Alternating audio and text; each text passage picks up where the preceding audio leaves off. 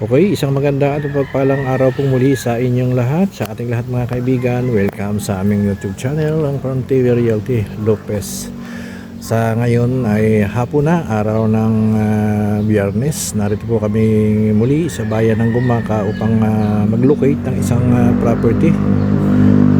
Ang sukat ng property po ito ay nasa 1.5 hectares lamang po ito. At ito po ay may frontage dito sa National Highway na makikita natin sa ating harapan. Mula po doon sa lugar na yon hanggang dito sa may bahay na ito. Ito po ang pinakang frontage nila. So, sa pagtansya ko po mula doon sa bayan hanggang dito, mga 5 to 6 kilometers po ang layo nito mula doon sa bayan ng Gumaka. Ayan.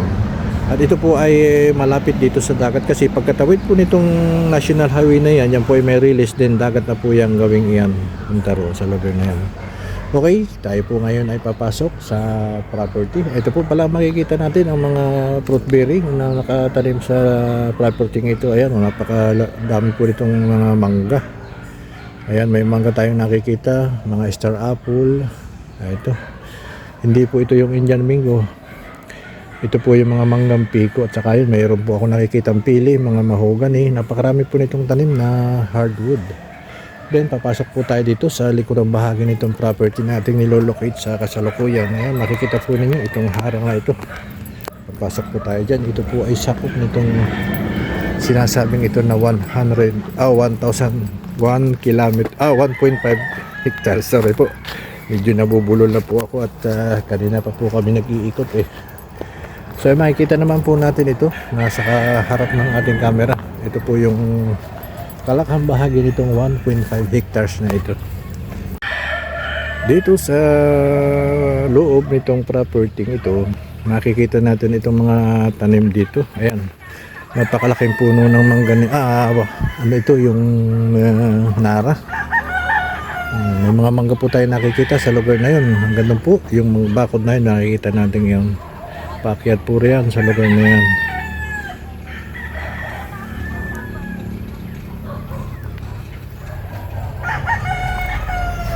May mga daranghita po tayo nakikita rito. May rondalanda na yun sa lugar na yan.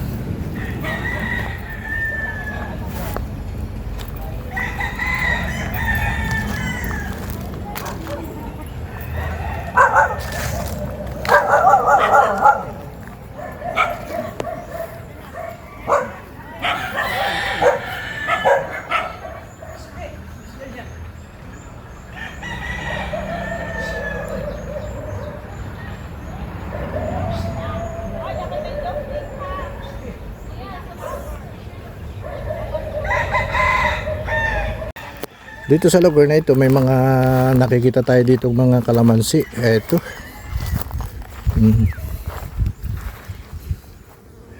Ito po palang pinakang anong ito ay parang tabing laang nitong sa lugar na ito. Dito ko kasi doon po sa kabila nito medyo mataas din. Yung po pala hanggang dito mataas din ito. So bali parang napupulo laang po ito sa itong lugar na ito. So gumilid po diyan yung panang 1.5 hectares na ito hanggang diyan. Sa lugar na yan din, kumadrado doon sa lugar na yan. Yung mga nyug na yun, hindi na po kasama? Hindi po, papagani po yan dyan sa kailayan yan. So, pagitan nito yung mga nyug? Pagitan lang po yung mga nyug, pagitan. Yan lang, sapa ho yan ay. Sapa na. Ito. Kabilang yan. Sapa na po yan. Sapa na po pala yung kabilang iyan.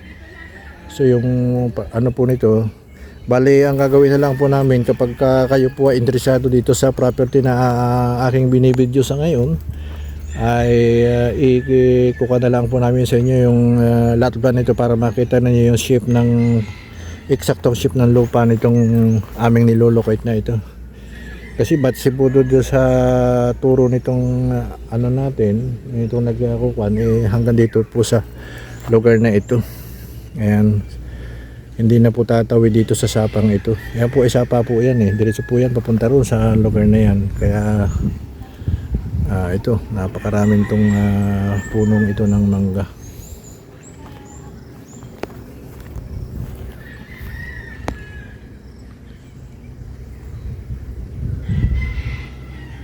Okay mga kaibigan, katulad po nung nabanggit ko kanina, diyan sa may sabang yan, ano po, diretso po diyan hanggang doon sa tumagos doon sa itinuturo ko doon kaninang kabila nitong lupang itong mataas, ano po. Ito po ay kasama dito sa property, bali nakakudrado po siya doon sa lugar na yan. Diretso po doon sa kalsada, doon sa National Highway. Then pagdating dito sa lugar na ito, gumanyan pa po itong property. Nakikita po niyo itong mga manggang ito po ay sakop dito sa lugar na ari. Kasi yan po mga kaibigan, yan po ay sapa. Kaya dito mayroon ditong ilang building ng bahay ng baboy. Ito piggery. Ito. Sa dalawa, tatlo. Bali tatlo po itong nakikita kong itong malalaking kulungan ito ng baboy. Kaya po pala ito ay mayroong sapa diyan.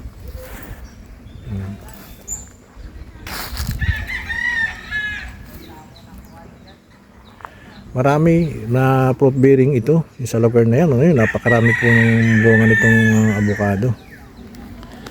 Ang isa pa sa kagandahan lang po dito, kasi ito ay ito lang po yung pinakang mataas sa lugar na ito. Ito. So ito totally flat na po itong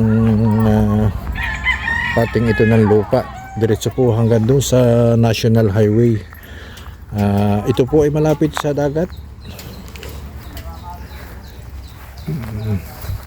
Yan, nakikita pa naman po natin yung pinakang yung mga nakatanim na fruit bearing nito. Yan, mga prutas po yan. Meron ako nakikita doon mga chiko.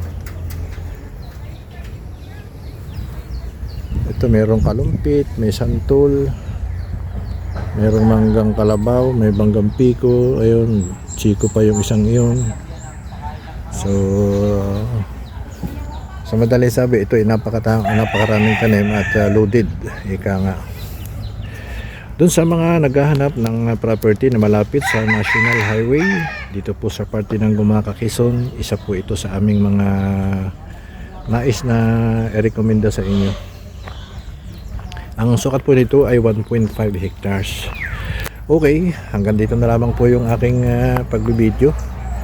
Kasi naikot ko naman po ang lahat itong portion itong property ito. Doon sa lugar na yan, yung pinakang kabila nitong bundok na ito, doon po nagtatapos yung pinakang gilid nitong property. Okay, kung kayo po ay interesado, nagustuhan po ninyo ang property na aking nilupit sa oras na ito, huwag po kayo magatubiling kontakin ang number na nakaplat sa harap ng inyong mga screen para malaman pa po ninyo ang iba pang impormasyon about dito sa property ito. Muli, isang maganda at mapagpalang araw sa inyong lahat.